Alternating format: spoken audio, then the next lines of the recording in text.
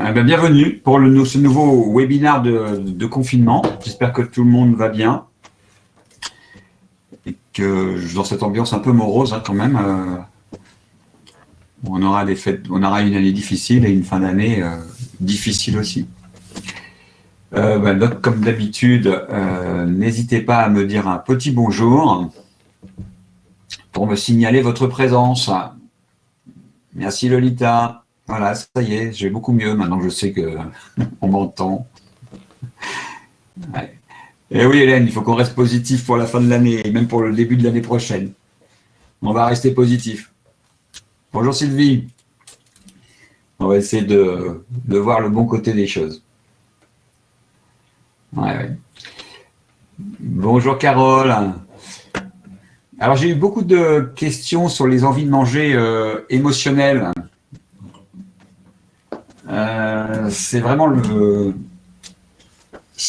côté, le point problématique, les envies de manger émotionnelles quand même, hein, pour beaucoup. Hein. Donc n'hésitez pas si vous avez des questions, des témoignages, des problèmes à rapporter là-dessus, n'hésitez pas à en parler. C'est un sujet sur lequel on revient très régulièrement parce que c'est quand même souvent le problème le plus épineux. Bon, maintenant, on peut aussi aborder d'autres sujets. Hein. Je suis à disposition pour traiter toutes les questions que vous voudrez bien me poser.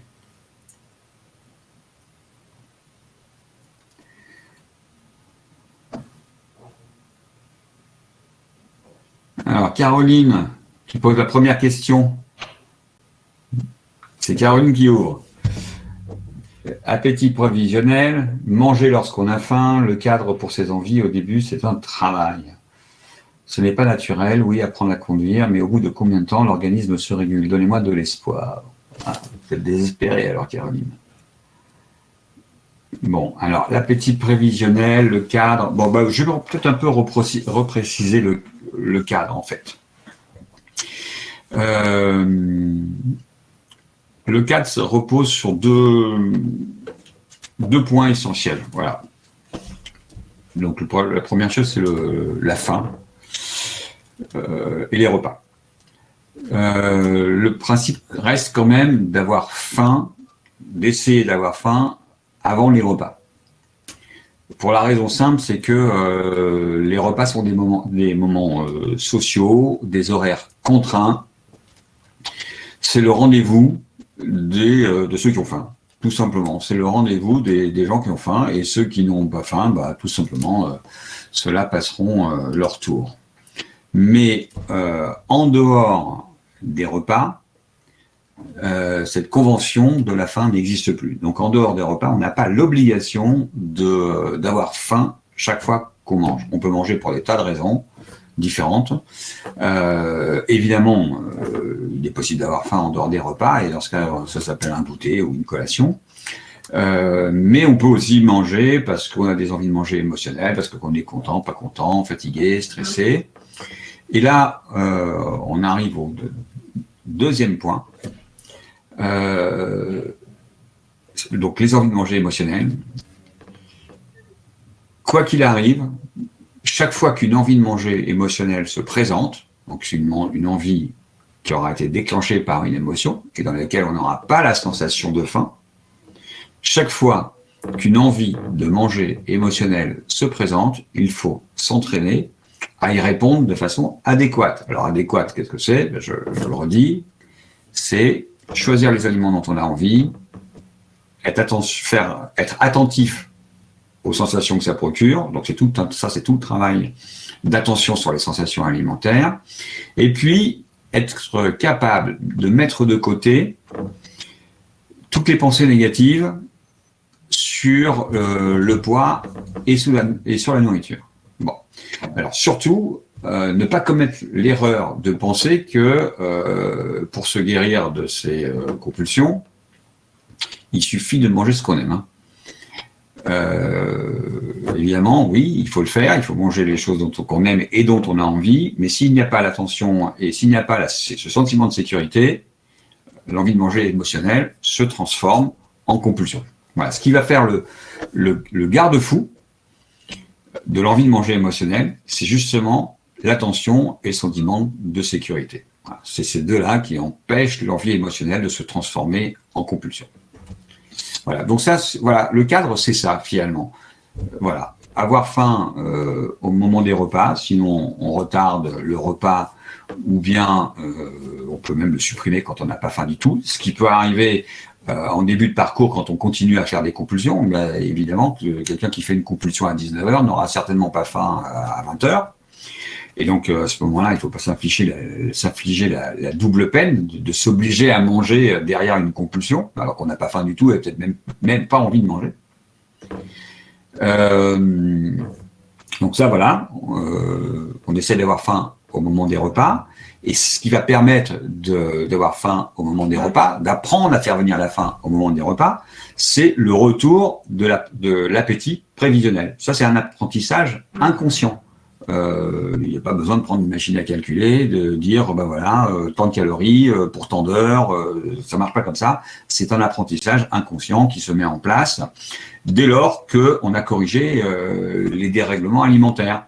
Évidemment, pour que ça fonctionne, il ne faut pas qu'il y ait d'hyperphagie au moment des repas, donc il faut avoir traité ce problème, et puis il ne faut pas non plus qu'il y ait de compulsion ou d'hyperphagie en dehors des repas. Sinon, évidemment, ça dérègle les horaires, ce qui est normal. Voilà.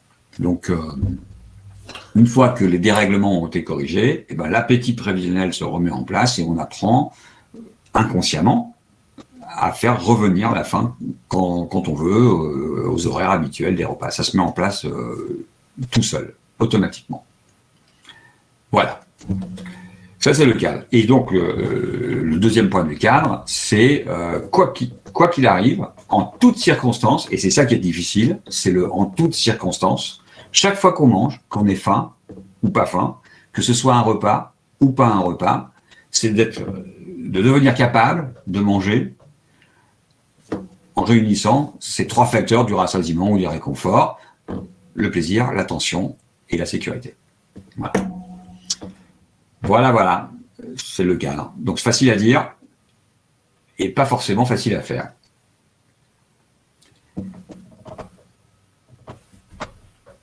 Alors Lolita, comment savoir s'il s'agit d'une petite, d'une moyenne ou d'une grande faim ? Eh bien, tout simplement en faisant les expériences que nous vous proposons, qui permettent d'expérimenter différents types de faim. Voilà. Si vous faites les expériences, vous saurez reconnaître, vous allez pouvoir expérimenter en attendant plus ou moins longtemps. Vous pourrez expérimenter différents niveaux dans la faim, dans un cadre complètement sécurisé. Vous craignez rien, vous mangez si vraiment ça, si vous supportez pas, vous mangez. Donc il n'y a aucune crainte à avoir et on avance tout doucement dans le temps en regardant, en observant les signaux de faim et en voyant comment ces signaux évoluent dans le temps. Il faut faire ça. Alors, en général, pour la plupart des gens, c'est plutôt assez facile. Et pour certaines personnes qui ont peur d'avoir faim, on met en place des cadres très sécurisés pour que ça se passe, pour être sûr que ça se passe bien.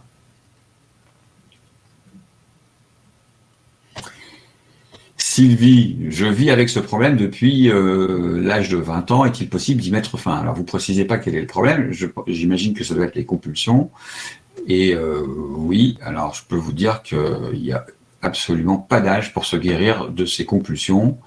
On peut se guérir à tout âge et les faire disparaître à tout âge. Et je vais aller même très loin, beaucoup plus loin. L'objectif, c'est pas de les faire diminuer, les compulsions, c'est d'arriver à 0 compulsion. Hein. En fait, l'objectif, c'est de faire diminuer les envies de manger, y compris aussi les envies de manger émotionnelles, et d'empêcher que les envies de manger se transforment en compulsion. Bon, si on résume, ça se présente un peu comme ça. Voilà. Bonjour Carole. Alors, les envies de manger émotionnelles, c'est la raison pour laquelle j'ai rejoint le programme. Ça fait des années que je mange sans faim, juste par plaisir.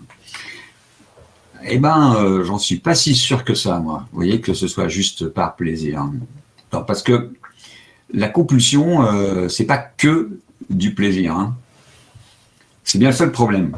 Il y a sûrement il peut y avoir du plaisir hein, dans une compulsion. On mange des choses qu'on aime, on peut y éprouver un certain plaisir.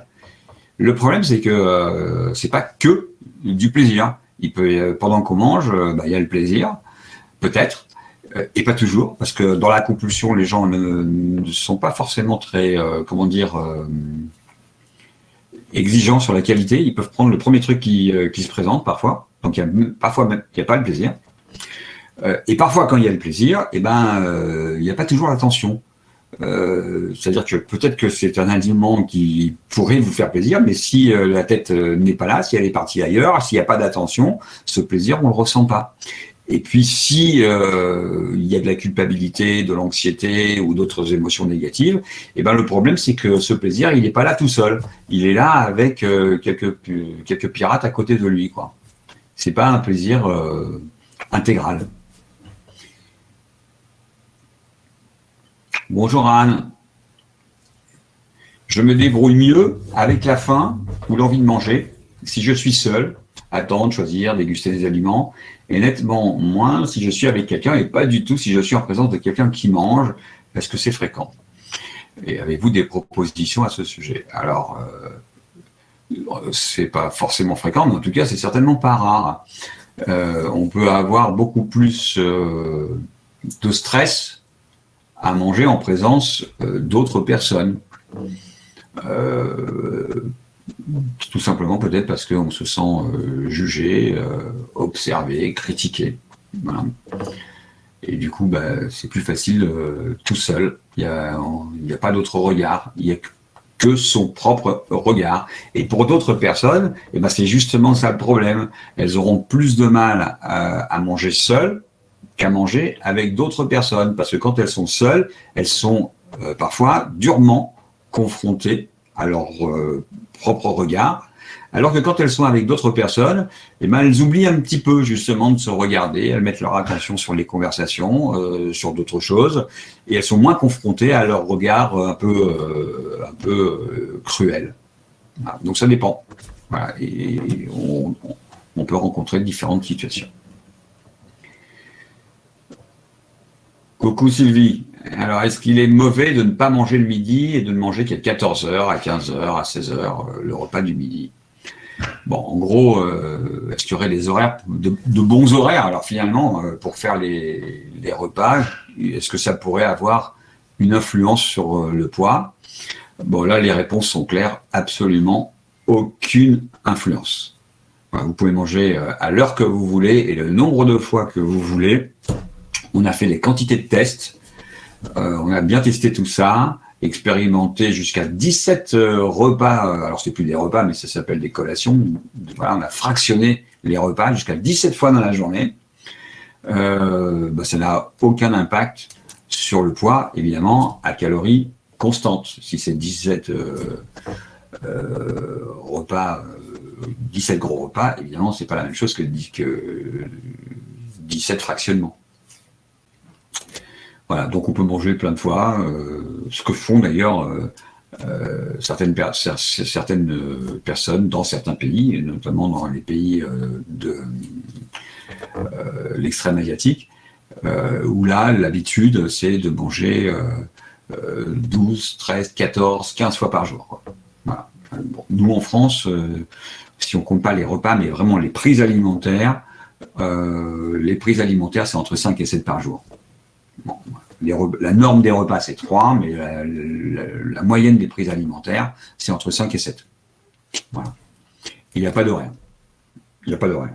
Les horaires sont des conventions, encore une fois, hein, les horaires sont des conventions sociales. Les horaires des repas sont déterminés par les rythmes sociaux et par le rythme, notamment le rythme du travail. Voilà. C'est parce que c'est l'organisation du travail qui va déterminer le rythme des repas, les horaires de repas. On s'adapte à ça. Alors, bonjour Muriel. Beaucoup de mal avec la pleine conscience, tout en ayant essayé la méditation à plusieurs reprises depuis 20 ans. Comment faire? Alors, si depuis 20 ans vous n'y arrivez pas, peut-être qu'il faut essayer autre chose. Je ne peux pas vous répondre comme ça, parce que je ne sais pas pourquoi vous avez des difficultés avec cette pleine conscience. Il faut comprendre, il faudrait qu'on essaye d'en parler pour que vous m'expliquiez où se situe la difficulté. Est-ce que ça vous angoisse? Est-ce que vous avez une dispersion épuisante de l'attention? Qu'est-ce que vous ressentez? Il faudrait que vous en disiez un petit peu plus. Et puis il y a des gens qui ont des troubles de l'attention qui de toute façon auront toujours des difficultés avec la méditation et la concentration. Je veux dire ça d'un point de vue strictement physiologique, par exemple. Coucou Clémence. Alors hier, j'ai déjeuné avec une bonne faim et j'ai ressenti au cours du repas que ma faim diminuait, et ainsi que le plaisir. De plus, je sentais que je mangeais trop, mais je n'ai pas réussi à m'arrêter. Comment expliquer cela? Alors en fait, là, il y a peut-être une confusion entre la satiété et le rassasiement.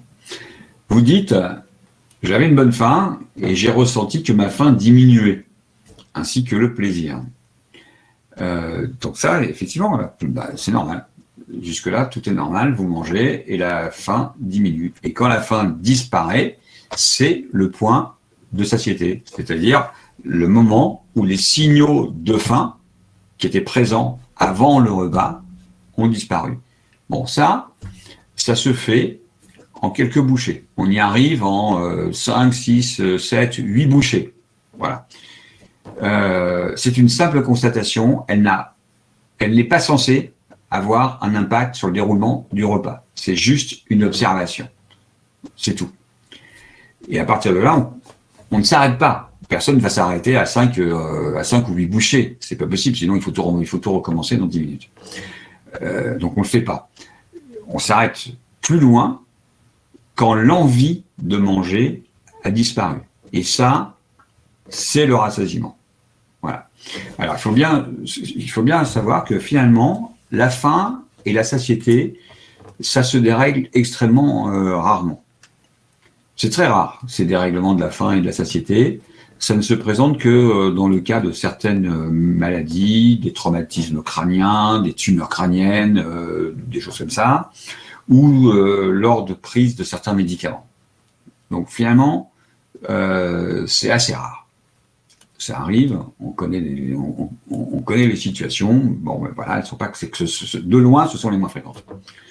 Le dérèglement, lui, porte sur les envies de manger et le rassasiement, c'est-à-dire sur l'envie de manger et la disparition de l'envie de manger, qu'on appelle donc le rassasiement. C'est ça qui, pratiquement à chaque fois, va se dérégler. Et en fait, c'est ce que vous décrivez.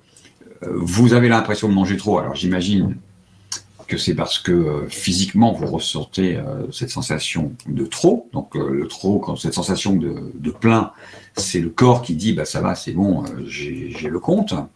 Mais la tête n'est pas rassasiée et le rassasiement se passe dans la tête. Le rassasiement, c'est pas dans le corps. Il faut pas aller, ce n'est pas une sensation, donc il faut pas aller la chercher quelque part dans son corps. Ça se trouve pas, c'est pas là que ça se trouve. Le rassasiement est un processus mental. C'est un état d'indifférence alimentaire. On n'a plus envie de manger, ça nous intéresse plus. Bon. Et ce rassasiement est censé arriver généralement au bon moment. Et en fait, il arrive plus ou moins rapidement, ça dépend des fois, ça dépend du type de repas, ça dépend avec qui on mange, ça dépend de beaucoup de choses, mais globalement, il est censé nous apporter la quantité de nourriture dont on a besoin pour maintenir notre poids. Ce qui n'exclut pas qu'on puisse trop manger par moment, c'est-à-dire vraiment les gens normaux, pardonnez-moi, mais qui n'ont ni problème de poids, ni trouble alimentaire, il leur arrive de beaucoup trop manger, parfois. Eux aussi vont assister à des anniversaires, à des réveillons, à des mariages, à des week-ends entre amis, etc., où là, ils vont énormément manger. Beaucoup plus que d'habitude. Et pourtant, eux, il ne va rien leur arriver. Parce que ils ne vont pas manger dans le même état d'esprit que ceux qui ont des troubles alimentaires. On va arriver aux fêtes de fin d'année, donc ça vaut la peine d'en parler, ça vaut la peine d'en dire un mot. On va arriver au fait. Bon, la plupart, même dans ce contexte un peu difficile, on aura des occasions de faire des repas plus copieux, meilleurs que d'habitude, plus travaillés, bon. Et on va plus manger. Bon, si on essaye de se rappeler, dans un repas comme ça, il y a les apéritifs avec leur accompagnement, l'entrée, le plat. Je pense qu'arriver au plat, tout le monde est full, à peu près. Arrivé à la fin du plat, tout le monde a largement assez mangé. Bon. Et puis à ce moment-là, on va apporter le plateau de fromage. Bon. Quelqu'un qui n'a pas de trouble alimentaire et qui voit arriver un super plateau de fromage, il se dit, moi ça, je ne laisse pas passer. J'ai envie de goûter celui-là, j'ai envie de goûter celui-là, et puis celui-là, et puis celui-là, je veux tous les goûter, ils sont tous merveilleux, ils sont tous sublimes, je veux tout goûter, quoi. Et il goûte tout, et il se rend bien compte qu'il est en train de trop manger. Mais il goûte, il a envie. Bon. Et puis, une fois qu'il a fini son plateau de fromage, il en a déjà ras la gorge, et là, on lui apporte le dessert. Et bien là, pareil, il va dire, moi, je ne peux pas laisser passer ce dessert extraordinaire, je ne laisse pas passer une pareille occasion, je vais goûter aussi au dessert. Voilà. Mais lui, alors là, bon, on est tranquille que là, il a déjà beaucoup trop mangé. Il finit le repas, le ventre explosé, il va s'avachir sur un canapé et il déboutonne le pantalon, quoi. Bon. Et il ne va rien lui arriver, parce que lui, derrière ça, il n'aura plus envie de manger ou il n'aura plus faim pendant 12 ou 15 heures. Mais parce en fait, ça ne s'est pas passé du tout de la même manière qu'avec quelqu'un qui aura des troubles alimentaires. Lui, il a dégusté, il a savouré chaque bouchée. C'est-à-dire que chaque bouchée, il s'est régalé. Il ne pensait qu'à ce qu'il mangeait et au plaisir que ça lui procurait. Et absolument à rien d'autre. Absolument rien d'autre. Quelqu'un qui a des troubles alimentaires, ça ne va pas du tout se passer de cette manière-là. Après le plat, il sera comme tout le monde, il n'aura plus faim, bien trop mangé, déjà. Et quand il va voir arriver le plateau de fromage, il ne pourra pas résister, il va vouloir manger comme tout le monde. Sauf que lui, au lieu de profiter, il va se mettre à compter les bouchées. Et une de plus, et encore une de plus, et encore une en trop, et encore une en trop, et encore une en trop. Et puis il va commencer à se dérouler le film de toutes les erreurs, de toutes les horreurs qu'il attendent quand il sera devenu complètement obèse. Lui, il n'est pas du tout en train de déguster, il n'est pas en train de manger, il est en train de faire des comptes et de se raconter des histoires horribles. Donc lui, il est dans la compulsion déjà. C'est plus du tout la même chose. Et son repas ne va pas du tout le détendre. Au contraire, le repas va être un stress. Et donc, étant un stress, derrière, il y a des chances pour que la régulation se fasse très mal et que ça déclenche d'autres envies de manger. Donc ça va se passer de façon complètement différente. Vous voyez, dans le premier cas, le mangeur, il avait les trois facteurs du rassasiement. C'est-à-dire qu'il avait le plaisir, l'attention, il est complètement concentré sur ce qu'il mange, et il a un sentiment profond de sécurité. Celui qui a les troubles alimentaires, il a probablement le plaisir, parce que ce sont probablement des bonnes choses, mais il n'a plus l'attention, c'est-à-dire que l'attention n'est plus du tout sur les sensations, elle est sur la comptabilité et les scènes d'horreur, de l'avenir absolument horrible qui l'attend, et il n'a aucune sécurité. Voilà. Bon. Et c'est ça qui est difficile, c'est de maintenir le cadre du rassasiement, plaisir, attention, sécurité, en toutes circonstances.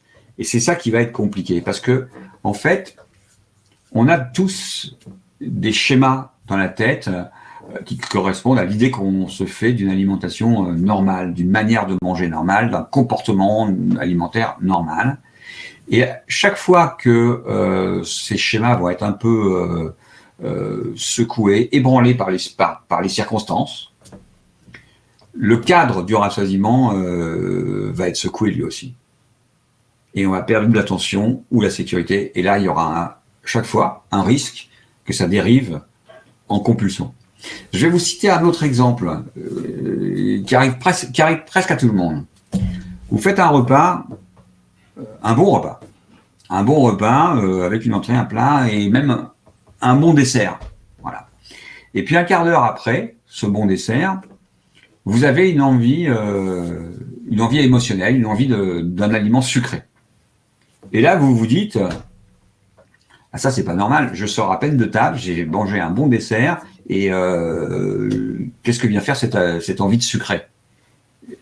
Et là, vous dites, bah non, je ne dois pas le faire, je ne dois pas manger. Je sors de table et j'ai déjà mangé mon dessert, je ne vais pas reprendre un truc sucré maintenant. Et bien là, vous êtes en train de lutter contre une envie de manger. Le risque, c'est que vous cédiez. C'est vous qui perdiez, c'est pas l'envie. C'est vous qui perdez. Et donc, quand vous allez manger, il n'y aura plus l'attention, il n'y aura plus la sécurité et ça va devenir une compulsion. Parce que, en fait, cette envie de manger, elle vous a déstabilisé. Vous ne l'attendiez pas. Vous ne l'attendiez pas après un bon repas. Vous dites, ce repas aurait dû me rassasier complètement, je ne devrais pas avoir envie de manger maintenant. Voilà. Alors maintenant que je vous ai prévenu, la prochaine fois, quand ça se présentera, peut-être que vous ne tomberez pas dans le piège. J'espère. Vous ne tomberez pas dans le piège. Mais vous pouvez tomber dans un autre piège. Parce que quand ça va arriver la prochaine fois, vous aurez fait votre bon repas, vous aurez fini ce bon repas par un dessert, et puis un quart d'heure après, vous aurez votre envie d'aliments sucrés, et vous direz, bon, le docteur Zermati, il m'en a bien parlé, ce coup-là, je me fais pas avoir. Ok. Et vous allez manger votre friandise tranquillement, sereinement, parce qu'on en aura parlé, je vous aurais prévenu. Et puis un jour, c'est une demi-heure après, il y en aura une deuxième envie de manger émotionnelle. Et là, vous direz, c'est pas possible. Ok, peut-être, mais quand même pas deux. Quand est-ce que ça va s'arrêter? Et donc là, vous allez vouloir résister à cette deuxième. Et la compulsion, vous la faites à la deuxième envie de manger émotionnelle. Voilà. Parce que, rappelez-vous ce que j'ai dit, il faut maintenir le cadre en toutes circonstances. Plaisir, attention, sécurité, en toutes circonstances. Chaque fois que les situations vont un peu heurter l'idée que vous vous faites d'une alimentation, d'un comportement alimentaire normal, on risque d'avoir un cadre secoué. Et là, vous perdez l'attention, vous perdez la sécurité, et il y a un risque que ça parte en compulsion. Voilà. Donc en toutes circonstances, ça n'est pas si facile que ça. Allez, on continue, je me suis un peu étendu là.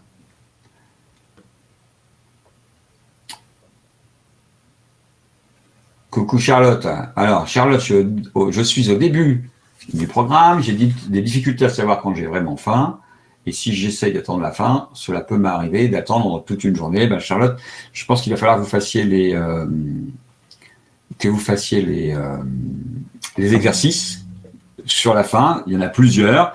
Ça va vous aider à retrouver vos sensations de faim. Et si vous attendez toute la journée, c'est-à-dire si vous n'avez pas faim de toute la journée, et que ça se répète plusieurs jours d'affilée, c'est tout simplement que vous ne savez pas reconnaître vos sensations de faim, ou alors que vous êtes tout à fait dissocié de vos sensations corporelles. Voilà, donc ça, ce sont les exercices qui nous l'apprendront, qui nous permettront de savoir dans quelle situation vous êtes.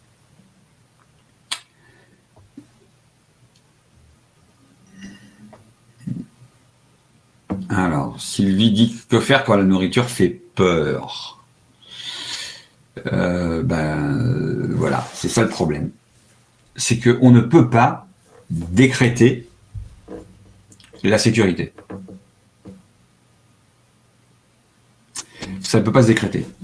La sécurité, c'est un état stable, profond, qui met du temps à survenir. C'est comme la confiance. La sécurité, ça ne peut s'installer que en accumulant un certain nombre d'expériences positives. Alors, pour avoir ces expériences positives, et ça je remercie Sylvie, ça me donne l'occasion d'en parler,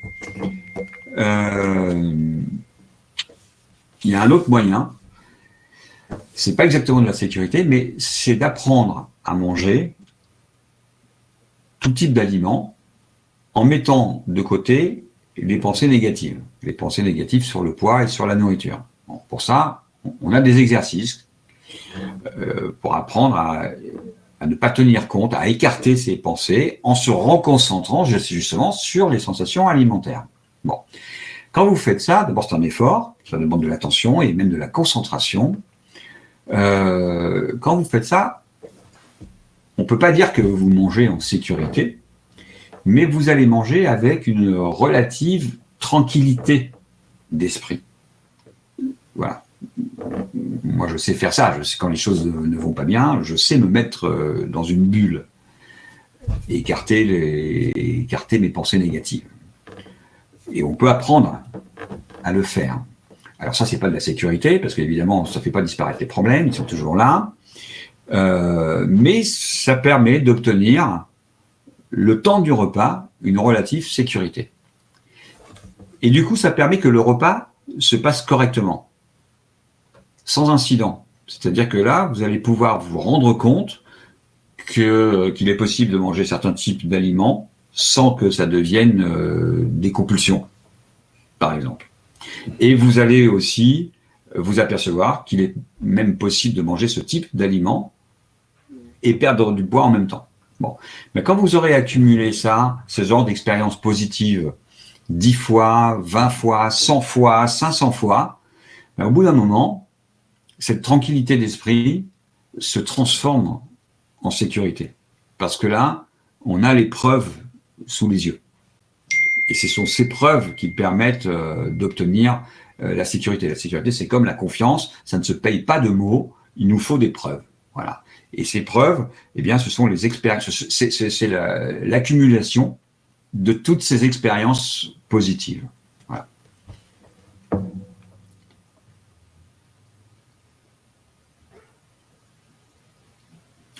Lolita, vous dites que ça bug, je ne sais pas ce qui bug.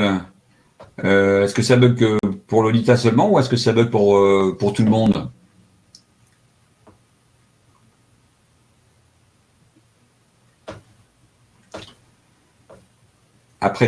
Bonjour Hélène, après des années en mode crise hyperphagique, je ressens bien la faim, mais j'ai encore du mal à ressentir la satiété ou c'est déjà trop tard. Bon, alors voilà, je le redis encore rapidement, la satiété, c'est pas le sujet. La satiété, c'est la disparition de la faim. Je vais vous dire à quoi ça sert d'ailleurs. Parce qu'en fait, pourquoi s'intéresser à la satiété puisqu'on s'en sert pas? Puisque la satiété, vous constatez qu'elle arrive entre 5 et 8 bouchées, et là, je vous dis qu'il ne faut pas vous arrêter, sinon vous faites des compulsions. Alors, du coup, à quoi ça sert de repérer un truc dont on ne va pas tenir compte? Eh bien, c'est simplement un exercice d'attention. C'est un des premiers exercices d'attention. La satiété, ça démontre simplement que vous étiez attentif, suffisamment attentif pour sentir la disparition des signaux de faim. C'est juste un marqueur de l'attention. Si vous n'êtes pas attentif, vous ne pouvez pas détecter ce fameux point de satiété. C'est un simple marqueur de l'attention. Il ne faut pas en faire un challenge et surtout pas imaginer que c'est là que vous devez vous arrêter. Voilà. Donc on repère la satiété, ça prouve qu'on était attentif. Après, on a d'autres exercices parce qu'il faut bien sûr continuer à être attentif au-delà des 5 à 8 bouchées. Donc à ce moment-là, on met l'attention sur autre chose que le point de satiété, puisque à ce moment-là, il a disparu. Et c'est tout, c'est tout. Ça permet uniquement de démontrer que vous étiez attentif au début du repas. Voilà. Et le travail, c'est pas là-dessus qu'il va porter. Encore une fois, le travail va porter sur le rassasiement et la mise en place de ce cadre du rassasiement, plaisir, attention et sécurité.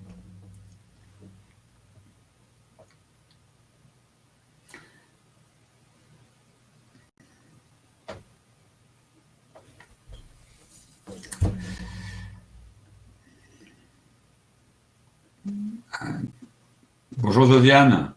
Comment faire la différence entre petite, moyenne, grande faim? Alors, encore une fois, le plus simple, c'est d'expérimenter par soi-même. Mais pour vous donner déjà quelques repères, la petite et la moyenne faim se présentent pratiquement avec les mêmes signaux. Ce sont des signaux physiques. petit creux, gargouillis, sécheresse de la bouche, salivation, des choses comme ça. Et entre la petite et la moyenne, la différence, c'est que dans la moyenne, c'est un peu plus intense. Voilà. En revanche, quand on passe dans la grande faim, ces signaux physiques de la faim, ces signaux digestifs, vont avoir tendance à s'atténuer, parfois même à disparaître, et à être remplacés par des signaux beaucoup plus diffus. C'est là qu'on aura des sensations de faiblesse, des bâillements, des sensations de froid, la tête lourde, des choses comme ça. Voilà. Donc il suffit d'expérimenter en attendant, laissant passer une demi-heure, 1 heure, 2 heures. La grande faim, pour arriver dans la grande faim, il faut quand même attendre au moins 2 heures, voire 3 heures, 4 heures.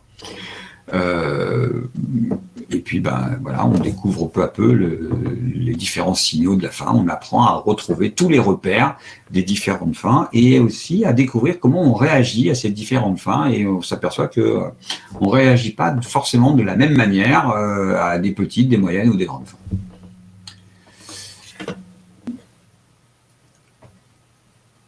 Alors, Lolita me demande ce que je pense du régime keto du docteur Simès. J'ai vu une interview de vous au journal de la santé et de ce fait, je pensais qu'il partageait votre idée sur le fait que vous faites, qu'il partageait mes idées sur les régimes, c'est-à-dire mes idées anti-régime.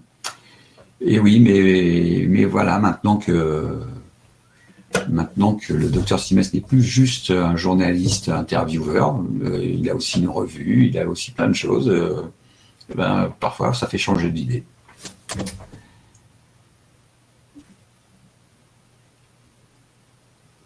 Alors, Caroline, est-ce que si l'on ne mange que lorsque l'on a faim, on n'est pas finalement au régime? Eh bien, si. Caroline, vous avez complètement raison. Si on mettait en place un système, ce qu'on a fait d'ailleurs, c'était une erreur. C'est une erreur qu'on a commise et qu'on a corrigée. On disait, il y a plusieurs années, on disait il faut manger quand on a faim et s'arrêter quand on n'a plus faim. Et en réalité, ça s'apparentait à un régime, c'est-à-dire que les gens nous disaient j'ai la même impression que quand je fais un régime. Simplement, maintenant, je contrôle plus mes aliments, mais je contrôle ma faim. Et on a la même impression de régime parce que ça reste du contrôle. Voilà. Et c'est pour cette raison qu'on ne travaille plus exclusivement sur les sensations de faim. Elles gardent une certaine importance, mais beaucoup moins qu'avant. Et maintenant, on accorde beaucoup plus d'importance, non plus aux sensations de faim et de satiété, mais aux envies de manger, à la manière dont on répond aux envies de manger. Voilà. Comme je disais, la faim et la satiété, ça se dérègle très rarement. Et ce qui se dérègle, ce sont les envies de manger. Il y a 2 systèmes qui vont contrôler le comportement alimentaire. C'est le système des besoins, c'est-à-dire la faim et la satiété, et puis le système des envies. Le système des besoins, lui, il ne se dérègle pas. C'est le système des envies qui va généralement se dérégler. Et les envies peuvent devenir complètement extravagantes et elles n'ont plus aucun rapport avec les besoins. Donc, du coup, ça ne sert à rien tellement de travailler sur les sensations de faim. Ce qu'on va travailler, ce sont les envies de manger pour faire en sorte qu'elles se recalent au niveau des besoins. Voilà, qu'elles redeviennent, d'une certaine manière, l'expression des besoins. Voilà. Et à ce moment-là, si on mange quand on a envie et qu'on ne mange pas quand on n'a pas envie, il y a zéro contrôle là-dedans. Si je ne mange pas, c'est juste parce que je n'ai pas envie de manger, c'est pas parce que je m'en empêche. Et si je mange, c'est pas parce que je me force, c'est parce que j'ai envie de le faire. Il n'y a absolument plus aucun contrôle. Donc là, on n'est plus du tout dans un esprit contrôle ou dans un esprit régime. Et donc, vous avez parfaitement bien observé.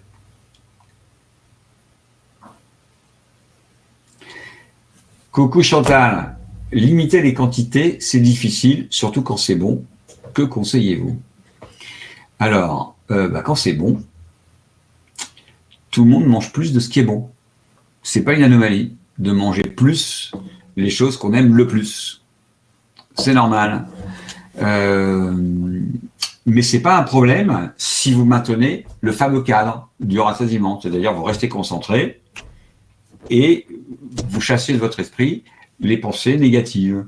Et à ce moment-là, ce que vous avez mangé, ce que vous avez trop mangé, parce que voilà, c'était bon, donc vous en avez plus mangé, ça va rentrer dans un système régulé. Ça sera ultérieurement compensé, sans que vous ayez à intervenir, simplement parce que vous n'aurez plus envie derrière. Mais si vous mangez ces très bonnes choses que vous aimez, sans maintenir le cadre, c'est-à-dire sans l'attention et sans ce sentiment de sécurité, à ce moment-là, ce que vous mangez n'est pas régulé. Pour votre cerveau, s'il n'y a pas l'attention, ce que vous mangez n'est pas comptabilisé. C'est comme si, pour lui, c'est comme si vous n'aviez pas mangé. Donc derrière, l'envie de manger va revenir très rapidement. D'autant plus que le repas se sera déroulé dans un cadre insécure, donc stressant. Donc si le repas est stressant, ben derrière aussi ça risque d'être un peu stressant. Et à ce moment-là, pof, ça va revenir. D'autres envies de manger émotionnelles vont arriver. Voilà. Donc en fait, qu'est-ce que je conseille? C'est de s'accrocher coûte que coûte, quoi qu'il en coûte, pour reprendre une expression connue maintenant, de s'accrocher à ce fameux cadre. C'est-à-dire qu'il faut travailler ce cadre. Plaisir, attention, sécurité. En toutes circonstances. Même quand on mange trop.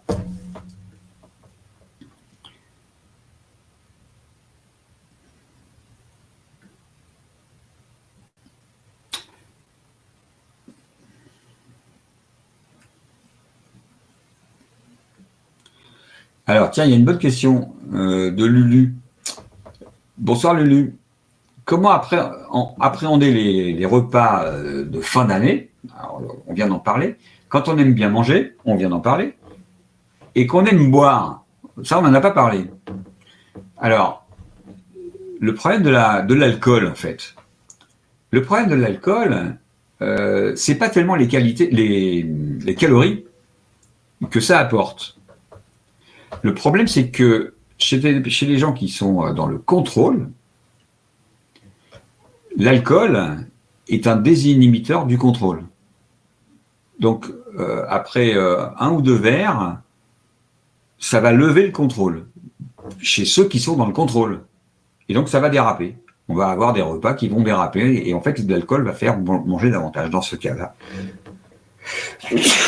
Pardonnez-moi.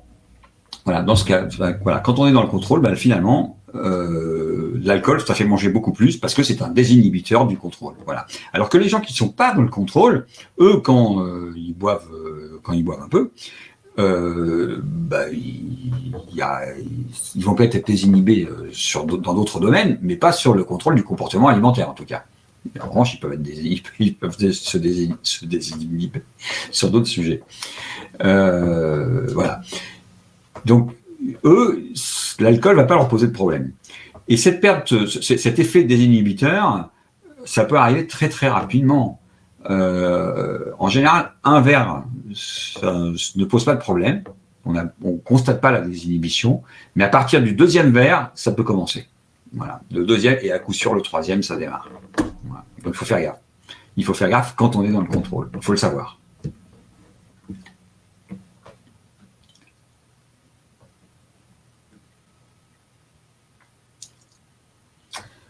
Bonjour Violaine.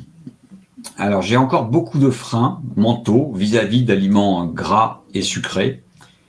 Donc, je ne les mange pas et j'ai du mal à me sentir pleinement satisfaite en fin de repas, ce qui est normal puisque en fait, il n'y a pas le plaisir. Avez-vous des suggestions pour réintégrer tranquillement ces aliments dans l'alimentation quotidienne? Alors, en fait, c'est tout. Voilà, encore une fois, c'est la question du cadre.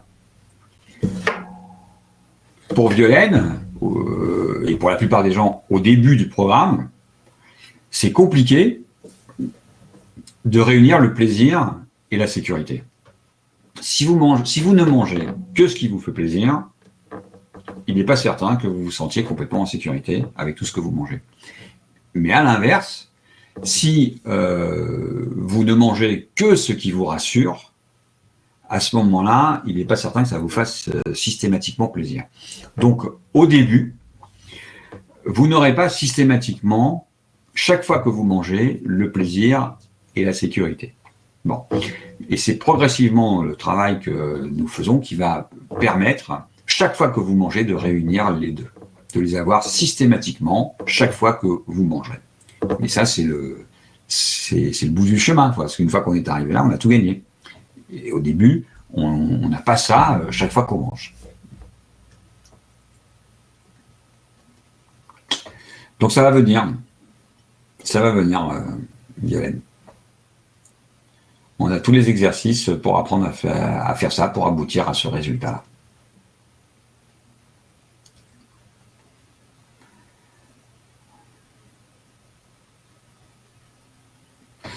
Alors Charlotte, bonjour Charlotte.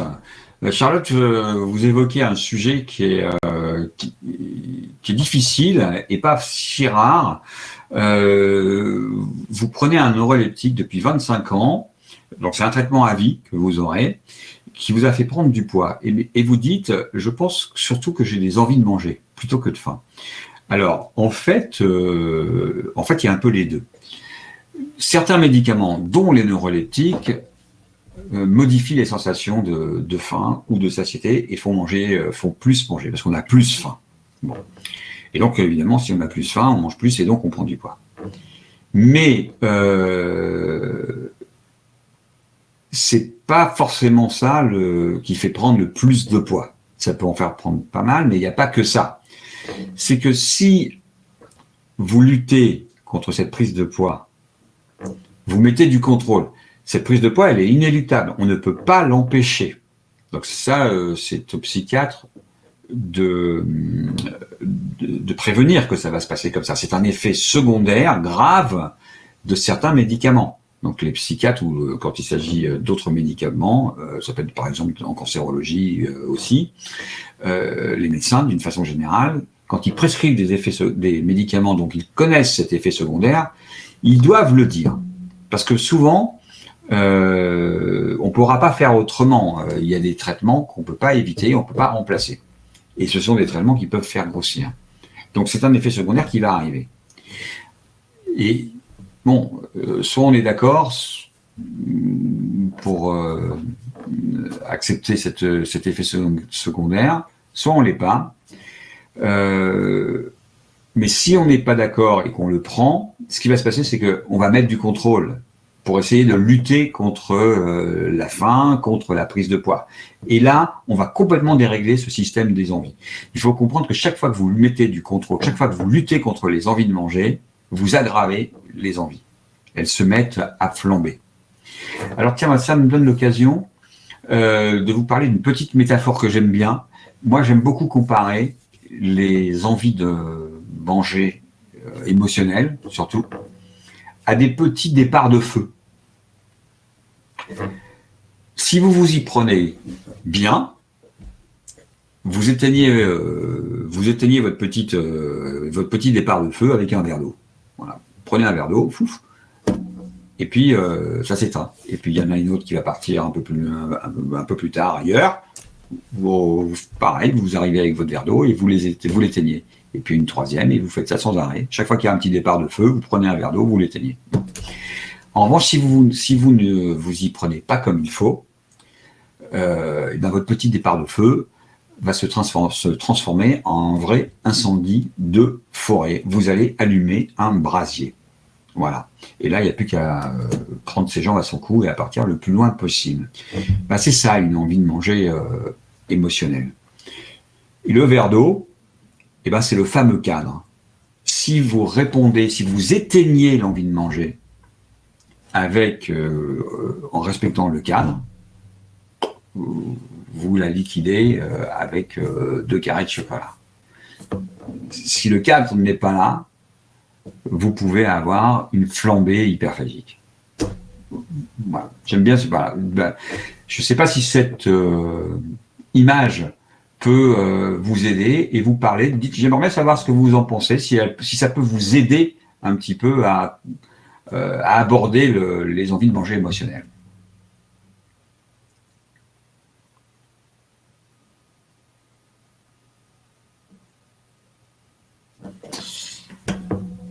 Alors, bonjour Sidonie. Comment être sûr de bien appliquer le cadre? En début de programme, ce n'est pas automatique, beaucoup de restrictions cognitives, mais étant de bonne volonté, je me dis, allez, zap, apprécie le repas, mais le mental suffit pour que ce soit applicable, suffit-il, pardon, pour que ce soit applicable au repas dans les sensations. Alors, je suis pas sûr de bien comprendre, mais je crois que je comprends une partie en tout cas.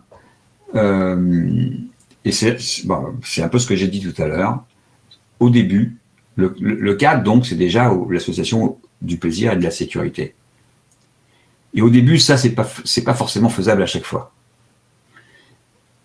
On n'arrive pas forcément à réunir le plaisir et la sécurité chaque fois qu'on mange.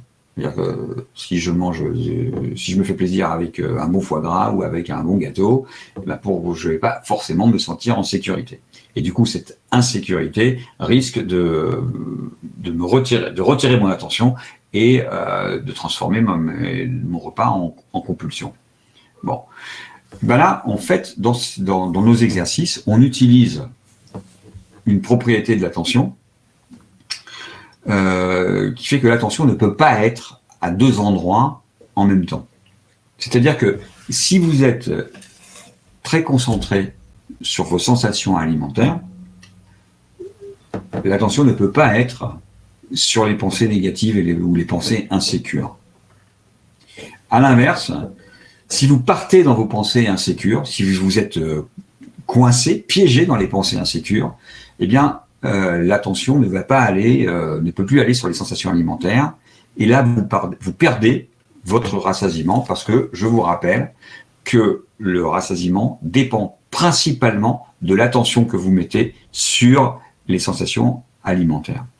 Donc tout le travail, ça va consister à renforcer l'attention sur les sensations alimentaires en apprenant comment on fait. C'est-à-dire qu'il y a un gros travail sur les différentes sensations alimentaires. Il y en a plusieurs, les sensations physiques, les sensations gustatives, le plaisir sensoriel, enfin il y a toutes sortes de sensations qui permettent justement de capter l'attention et en même temps d'ailleurs de modifier la relation qu'on a avec la nourriture.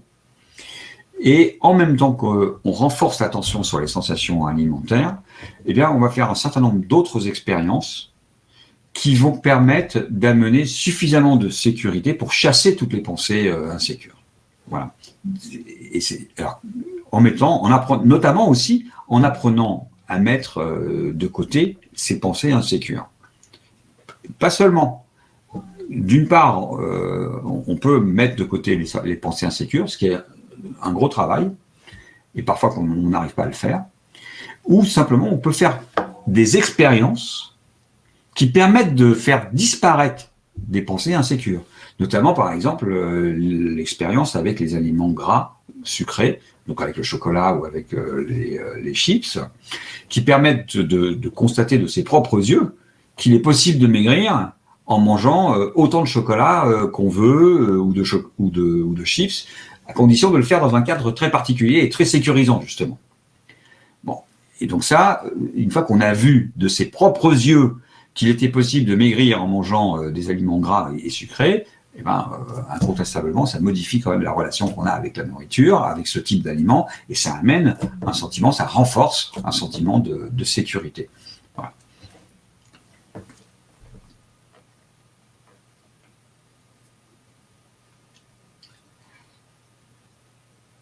Ouh là là, mais j'ai beaucoup parlé. Et le temps a beaucoup passé, là.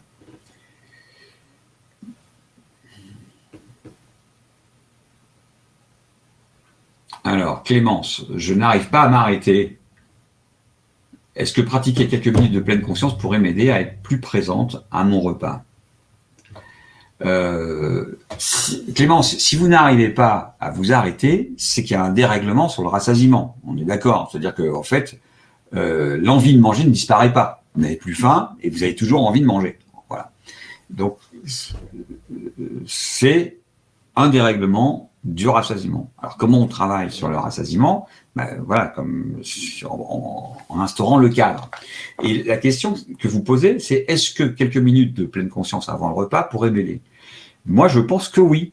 Je pense que avant le repas, et c'est un exercice qu'on fait, prendre quelques instants pour se concentrer. Alors, et donner à son cerveau, en quelque sorte, les consignes pour le repas, c'est-à-dire qu'est-ce qu'on attend de lui pendant le repas. C'est un exercice que font beaucoup de gens dans le théâtre, la danse, l'activité physique, peut vous aider à canaliser votre attention tout au long du repas. C'est-à-dire qu'en fait, le fait de se concentrer avant le repas va vous permettre d'avoir une attention au cours du repas plus canalisée, avec moins d'efforts de concentration. Donc ça peut aider. Moi, je pense qu'il faut absolument insister sur ce type d'exercice. Il y a une manière de les faire qui les rend plus performants, qui est décrite, sur laquelle je peux revenir. On pourra revenir, mais là, comme je vois que le temps passe, j'en parlerai peut-être une autre fois.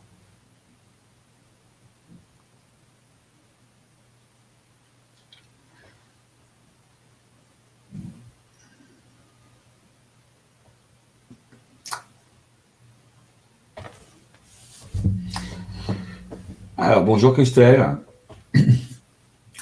Après avoir mangé ce midi, j'ai marché, marché, pas faim, bon.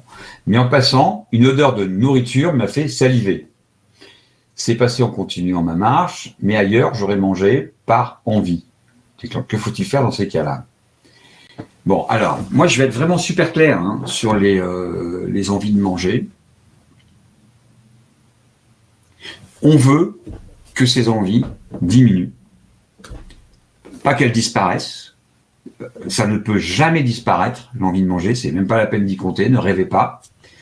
On veut deux choses. Un, qu'elle diminue. Deux, qu'elle ne se transforme pas en compulsion. Pour ça, la meilleure stratégie est de répondre de manière systématique à toutes les envies de manger qui se présentent. Mais je précise, répondre à une envie de manger ne se résume pas à manger ce qu'on aime. Répondre à une envie de manger signifie maintenir ce fameux cadre, ce qui est très difficile. Et c'est ce que font pourtant ce qui est très difficile quand on a des problèmes de poids ou des troubles alimentaires, mais qui est exactement ce que font les personnes qui n'en ont pas. Voilà, c'est comme ça qu'elles mangent. Elles mangent ce qu'elles aiment, elles sont concentrées, elles dégustent et elles ne se prennent pas la tête. Bon. Quand on a des problèmes de poids et des troubles du comportement alimentaire, ça ne se passe plus comme ça devient compliqué. Mais pour faire disparaître les compulsions et diminuer les envies de manger pour les ramener au niveau des besoins, la meilleure des stratégies, c'est de répondre systématiquement à toutes les envies de manger qui se présentent. Voilà. Et là, si vous faites ça, mais vous les effondrez. Elles diminuent par 10, par 20, par 40. Vraiment. Et là, si vous vous apercevez que vous avez, si vous avez une petite envie de manger, une toute petite envie de manger et que vous y répondez, vous allez voir qu'elle ne va pas vous entraîner bien loin. Donc, ça ne posera pas de problème. Voilà. Alors, est-ce que je peux encore répondre à quelques questions là?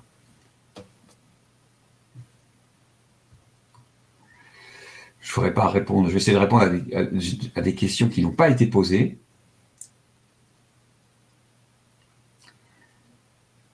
Alors, l'image de l'incendie a l'air de parler. Écoutez, je vous remercie. N'hésitez pas à me dire si ça marche ou si ça marche pas. Cette image, si ça vous parle, quoi.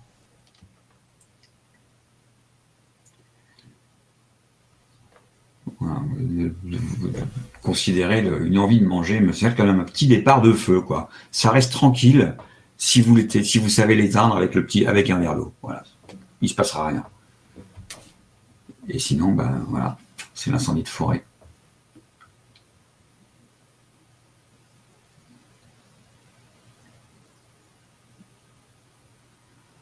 Voilà.